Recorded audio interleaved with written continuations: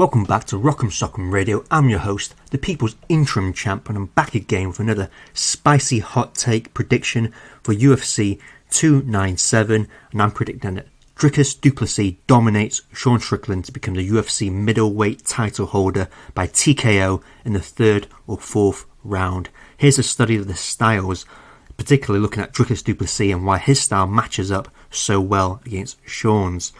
Let's start with Dricus, the stance switcher, who often fights from a southpaw stance, and when in the southpaw stance he prefers the kickboxing range. He likes his kicks, he likes that left high kick. He also likes to shoot in with one punch, particularly with the jab. I suspect he's right-handed. He's got a piston-like southpaw jab, which dropped Robert Whittaker. Now Sean will be open to that southpaw jab, particularly because he likes to stand on one foot a lot to throw the front kick, but he fakes the front kick a lot, which leaves him on one foot and vulnerable, particularly to that jab, which I think will land a lot when UFC 297 goes ahead. Now Dricus also likes the southpaw left high kick. Now in the past, Dominic Cruz has noticed that Sean is open to the southpaw head kick, essentially.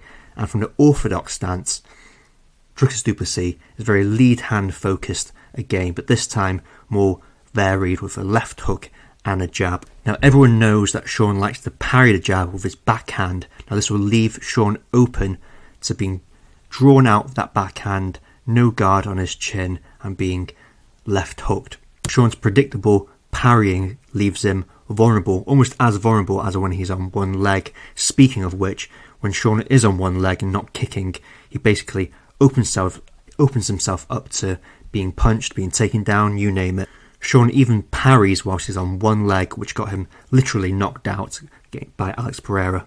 There's just so much tape on how to take advantage of Sean Strickland's parrying that Dricus will 100% be prepared to take advantage of the parrying to land, whether southpaw jab, orthodox hook, orthodox overhand right, you name it. Now Dricus does have a big cross, but he struggles to land that big cross until his opponent's hurt, and then when he does land it, it does have finishing power. Now Sean's tall stance leaves him open to that overhand right from the orthodox stance. Offensively, Dricus is by no means perfect. He's got plenty of room for improvement. For example, he loves the bum rush, which you don't see too much of these days, which could get him in trouble against Sean, but I don't think Sean has the power in his hands or the counter game to take advantage of that bum rush.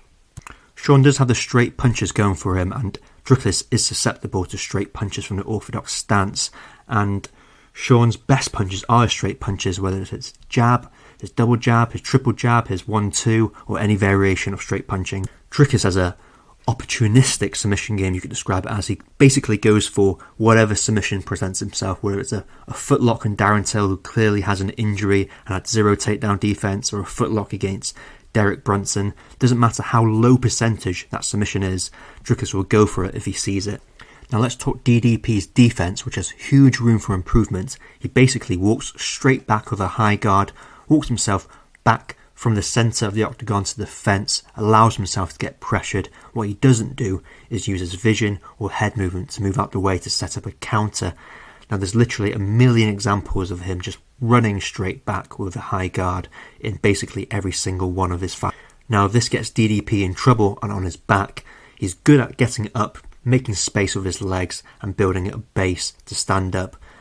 He gets on top quite often, and when he does, he looks for submissions. He's got good ground and pound. He also has good guard passing, which is unusual to say in this day and age because people don't really bother guard passing anymore. Now DDP will guard pass with purpose to improve his position for better ground and pound or better submission opportunities. Now DDP's takedown game can be described as opportunistic. He doesn't ever set up his takedowns. He usually gets trips or judo throws, usually away from the fence, which is quite unorthodox as well. Now interestingly, Dricus has a terrible double leg. He double-legged Derek Brunson and literally got mounted because of it.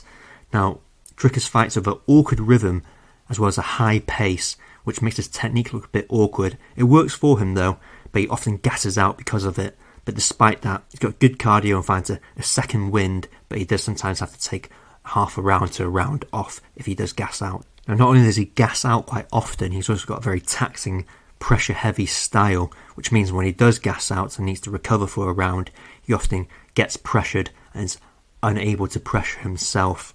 Now let's talk Sean Strickland, and there's some worrying things about this matchup for Sean Strickland.